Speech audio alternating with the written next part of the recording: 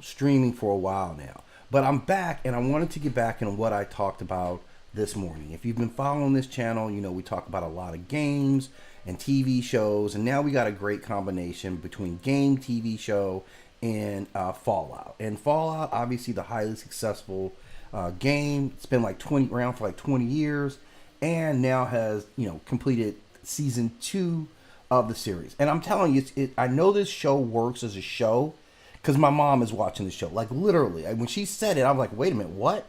And she was like, yeah, I saw this and I thought this is a video game. I don't want any parts of it. But then she started watching it and was like, yeah, this actually works. Which means the story works on its own. So let's understand the story a little bit more. So I wanted to take today's segment and just kind of understand the vault system. Like how many vaults actually are there? And based on what we're seeing, there's at least the 4, right? There's at least 3. And we know there's more. Based on the numbering system that they have, we primarily deal with 33, which is where our protagonist, Lucy, comes from. We know about 32 because we saw this is where the failed marriage occurs between 31 and 32, right? And then we know about Vault 4 because we've heard about and seen some of the experiments that are in lab 4, right, or Vault 4, right? So there's a lot going on in all these different vaults, but we can say pretty clearly that there's probably not just 3 vaults. Their numbering system tells us that it's more than that, and in fact, just like how they roll, we know that these were a bunch of experiments, so they wouldn't have just come up with a couple of vaults. So let's talk about what we do know. This is all we can do, right? We can talk about what we do know. We can't necessarily talk about what we don't know yet, okay?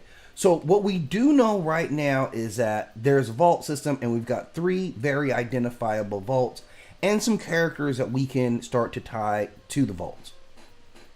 Now, obviously, this is all under Vault-Tec, right? Obviously, their names right in it. So we kind of see, where the leadership and all this stuff's coming from. I'm going to get this guy out of here, Oney, until we get back and we're ready to talk about him. But right now we're on Vault 33. This is where Lucy comes from. In terms of like the vault system, this appears to be the most stable of the vaults. We got solid leadership, or at least at the beginning we have some pretty solid leadership that's going into this vault, and we're going to talk about this character as well later. But we're going to start off kind of talking about Lucy, right? She's like our main representative for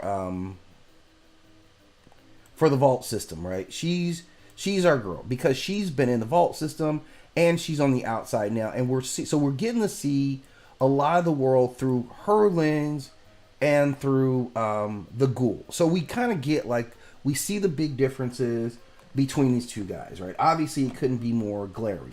He's 100% in knowledge of everything, right? In fact, his wife being central to the vault system, even emerging, gives him a greater insight. Whereas Lucy's born within the vault, so that gives her a whole different thing. Now let's talk about what we see out of 33. They're active as far as mostly active. This is the controlled stability vault. We do know that from them as well. This place is clean. They're very polite. They have central cornbread optimism with selective ignorance. So they don't know everything, and that's totally fine with them. And this is actually why Vault 33 works. It's designed to be a preserve of social order through ritual, through routine, and through isolation. So all the stuff that they do is already planned out, how they would operate. Now, the notable traits is that it's clean, it's bright, it's almost Stepford Wives. It's kind of what we get out of it. That's at least the first thing that I thought was Lucy was really trying to be the Stepford wife. She was like, okay, we got arranged marriages. I'm going to be all right with that, until she's not all right with it. And when she wasn't all right with it, it was because it was really bad. So we can kind of see how the whole attitude that she went into it with, this is like going into it with 32. So she's like down 100% and instantly has no hesitation, meets her husband, right? Which is a particularly insidious scene because he knows they're all lying, but he's like, yeah, I'm going to pretend like we're married and we're going to go have sex, which is what they absolutely did. So I just kind of felt bad. Now, they've got the rearranged marriages. They do have population control. and their technology is kind of drip fed. So they get some technologies, so they're not completely behind, but obviously they're not, fully up to speed on tech. They're not the most advanced tech, even in this world. Now, obviously, this is Lucy's home, so she grew up here. So to her, this is all good. Everything is all good. She doesn't have any problem with the vault. And then we get to 32. And 32 is a dusky problem. Like right off the bat, let me see if I can find an image of 32. Like this is the image of 32 that we get, right? Now, what can I say about 32 that hasn't already been said about Afghanistan, right? It looks bombed out and depleted. And as we get deeper into it, we're going to figure out why. So there's a lot that's going on in 32 because this is actually the failure system. And we're going to talk about their relationship. Now, they're 32 and 33 are attached to each other. Okay, that's what we need to go. They're both a part of one. These are not two separate. These are not two separate experiments. 32 and 33 are one experiment. This is the pressure cooker side of it versus 33 being the the good side, right? Where everything's good. And this is what happens when your neighbor's community goes bad, right? So what we see is this total societal breakdown, right? You have violence, you have paranoia, you have decay, and this is used to expose how fragile 33 actually is, because they start off with the same, member profile. They start off with the same, everything. Like everything about them is identical, except the amount of information that they get. So the same ingredients as 33, different temperature, and this is what happens. They're trying to see, this is the experiment, to see what happens when those humans start to snap. Now, then we get into looking at 4, and 4 is where we start to go. Like 33 and 32 are bad enough to know that they're experimenting. 4 gets to a place where this is really, really sinister in 4, and this is from the game. This is 4 in the game, where you can see it's straight up experimentation. You get a lot more experimentation going on in 4, and that's partially what's going on. They want people to be desensitized to it. So when we finally do see some 4s coming in, I'm going to bring out this guy here, right? Leela, right? In another light, and in another show, this is Leela from what's the space show, man?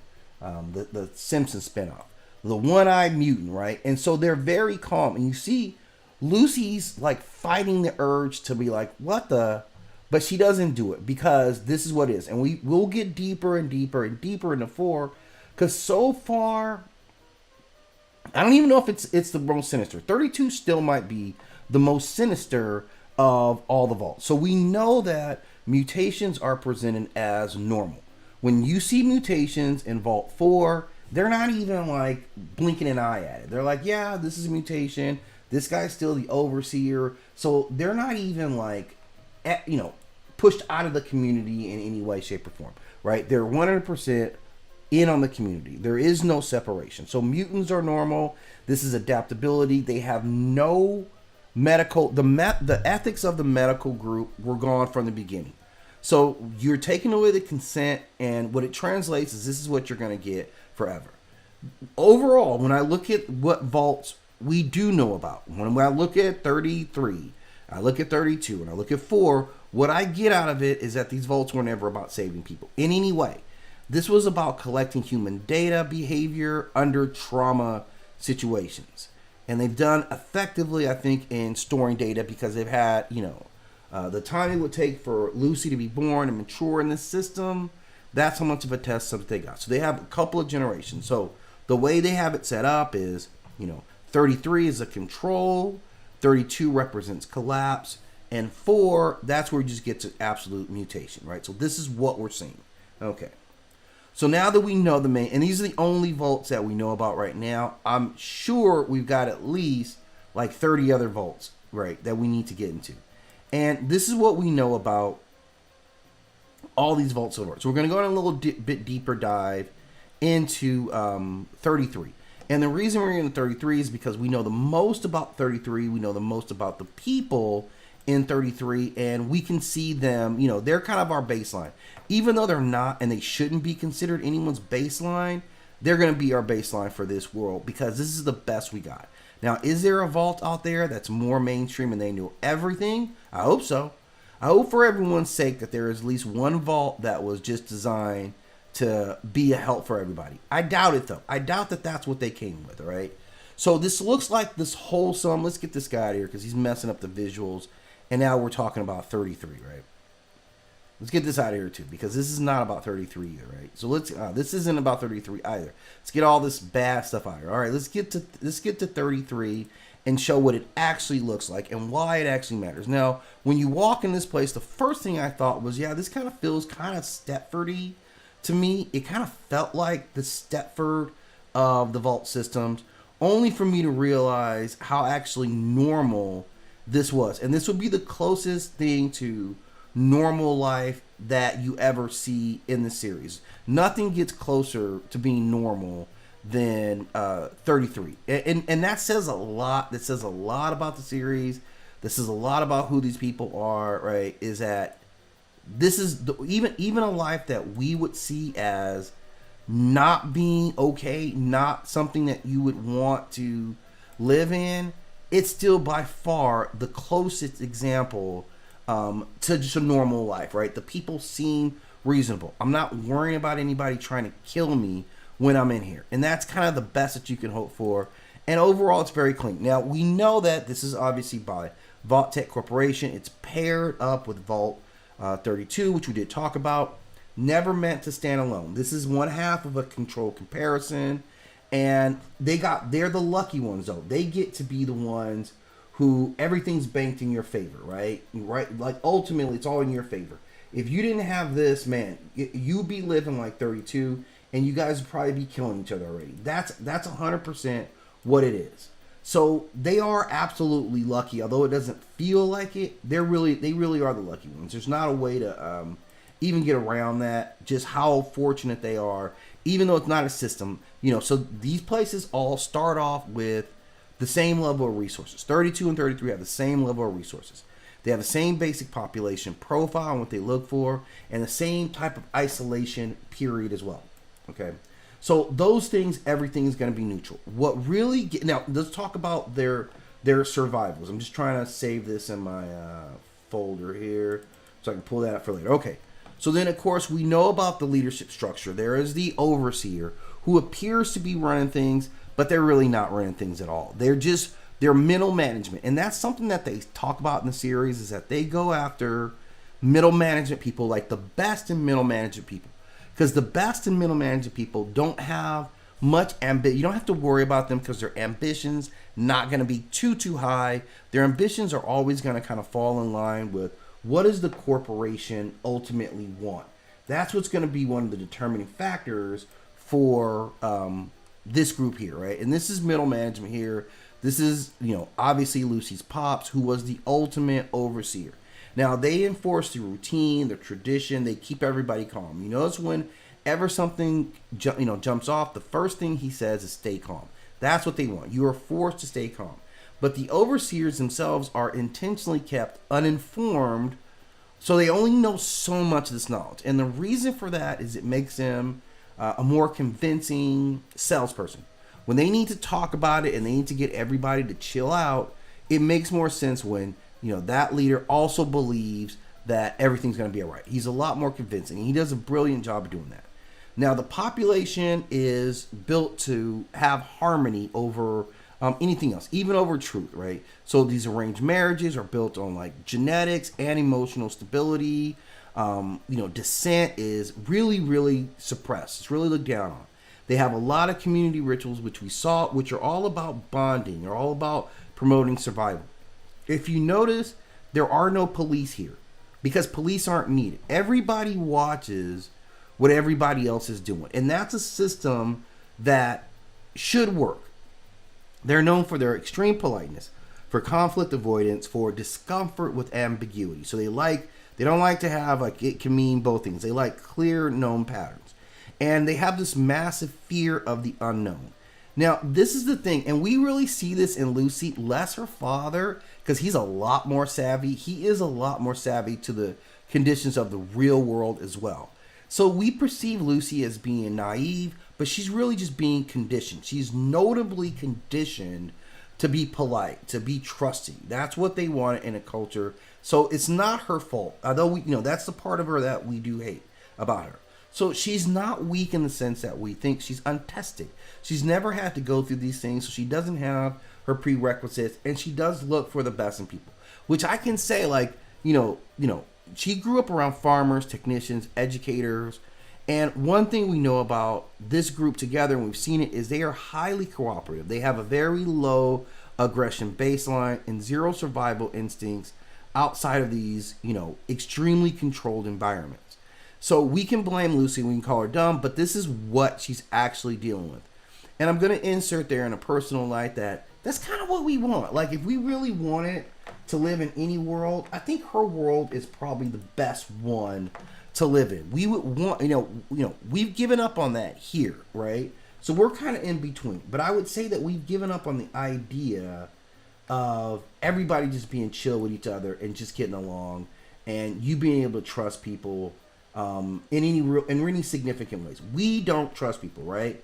So we don't expect her. But if ideally, I would think this is where you want to be at.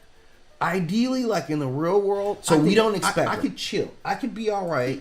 I would think in this world, right? I wouldn't have any problem being here, right? Like, that's absolutely the truth. So if I look at her world and I say, out of all the worlds, now obviously I'm claustrophobic, guys, so I don't want to be in any place where I'm underground and locked in, right? But I do want to say that I believe that her world gives me the best opportunity to be happy, even over like what we're dealing with right now. I believe that her world gives me the best opportunity to be happy, even over like what we're dealing with right now. I believe that her world gives me the best opportunity to be happy, even over like what we're dealing with right now. I believe that. Okay, I'm sorry, that was a loop right there. I'm just trying to get to make sure the sound's right. I just had to go in a sound listen there, right? So what we get out of her world is they're gonna survive. This world produces overall the best overall people. They have the best intentions, and from what you get, if I gotta compare this to what's going on below the surface or above the surface, this is still it. Now we know that Sandy, the Shady Sands, maybe those people, but they were out there really, really dealing with it. Okay. So back to 33. Now, technologically wise, this has been 200 years, but they're not really laden with technology. They're kept within a small base of the technology that they do have. So they do have their core systems, which is they've got clean drinking water, they have stable power. Those are two huge things, and it's that fusion-based system, which is like, it everywhere. It's the main technology. They have hydroponics, a very successful agricultural hydroponic system, and they have their medical bays, which are not for experimentation. And we'll have to talk about why it's important to say that. Now, you have no type of advanced weapons or advanced weapons training. So this is what, when Lucy gets put out into the surface world, no weapons training, no fight training, none of that. No even like idea. They've not been doing any recon on the surface. They don't even know what's going on the surface to kind of get themselves prepared for it. So there's no overseer upgrades to like give insight about what's going on. They have a very limited historical archives, and all this does is make everybody feel comfortable, which is what they want. They don't want people being curious. Too much information breeds curiosity. So everything in this vault is, as much as run by automation as possible. So human autonomy is very low, right? They're still running on the old Vault-Tec doctrine. They're still obeying pre-war assumptions. This still treats the apocalypse like it's a variable, not as a disaster. So this vault is more about data collection. The real purpose here in 33, right, specifically, is can humans remain peaceful, compliant, and emotionally stable if you remove danger, but also remove truth? And the answer for them is yes. Within this community, they've done a good job. They lose their sense of agency, resilience, but they're fine. They don't raise leaders. There's no Malcolm X coming out of this, but you will get a bunch of believers. Okay. And this is why it's kind of one of the scariest, because it really works the most. There's no monsters. There's no gore chambers. There's no visible cruelty. This is just lies with good lighting. It's control disguised as kindness. And this is when, society collapses, when reality stops being a part of it. So this is what we get. So there's always something darker that's going on with this. And out of our main characters, let's talk about who our main characters are. Okay, so we start off with Lucy, who is our protagonist and our main star. And this girl's about it. And you're going to watch Lucy go through it. Her character arc is the same. Now, what she's trained for is etiquette, right? She's trained in farming, basic medicine, and she's trained in optimism. That's why she sees the world that she does. She's emotionally, some good things. She's very honest, but she's socially conditioned in certain ways that are not going to work in the above ground world. And she's basically catastrophically unprepared for the surface world. She is Vault's greatest success story, and that's an indictment against her. It's a lot of bad stuff. Then there's Hank, who is her father. And this guy is the overseer and fits. He knows a whole lot more than he ever lets on. But we don't know if he understands everything. We do see that it's effective. Like, we do see that he knows beyond. So he knows where to go. He understands what's important. So we don't know how much is going through his noodle, but we're taught that there's not a lot of information that's coming his way as well. Now, I wanted to get into the main characters, the other characters, because while Lucy's gone and the Pops is gone, we do start to still learn about all the other characters. And the first one here is Betty, right? And Betty is the one who takes over as the overseer. Now, outside of a perfectly groomed fro, there's something very insidious about Betty. And so I still want to know what her ultimate plans are. She's in control right now. She's going to be facing some crisis, and they're not prepared to handle their water crisis. And I'm going to show you why they're not prepared to handle the water crisis. And it's because this doofus right here, right, who is Reg, right? And Reg was one of the guys who also ran for the position of overseer, didn't get it. But how he's handled it is he started this whole social group built around people who are inbred, essentially. Population control is a big thing here, and earlier on there was a lot more inbreeding, which is why when the series starts, they're trying to get a husband for Lucy outside of their vault, right? And this is going to be important. Now, what he does is start this group, and I'll explain why, and we're going to get back to the inbreeding very quickly. He starts his group. It's a social group that gives him a purpose, but they're consuming water. Like, they're so oblivious, they're just consuming water, despite the fact that they're running out of water. Water is an issue that this lady has to deal with, right? But right now, he's not dealing with it, okay? Which brings me to the other guy he was up against, which was Woody. Now, Woody's another, like, super soft, nice guy. Like, would have just gotten run over being the leader, right? Like, there's no way. There's no way that, he's the nice guy. You were not the guy. In any kind of way would you have ever been the guy. So 100% you had to give me. And Reg as well. These guys were not the guys, which is why we ended up with, we see her here, Afro Betty, right? She's the reason that she's running. But so you get a lot of understanding about the group based on these three. Now I want to get back to now where I can talk about some other people in the mix. Now that brings me to Chet, okay? Now Chet, as you know, is Lucy's cousin, and I think they may have had a little thing going on before she got married. He seemed a little bit upset that she was getting married, and he was kind of, so I could be wrong, but I kind of felt like they were suggesting some hanky-panky that was going on between Lucy and Chet, right? So Chet's there, and, Chet is there when the marriage thing goes bad, and, we end up getting introduced to this character as well. One of my favorites, and I'm just going to be really honest, one of my really honest is Steph. Now, we got to show Steph along with Chet because she runs a power move on Chet.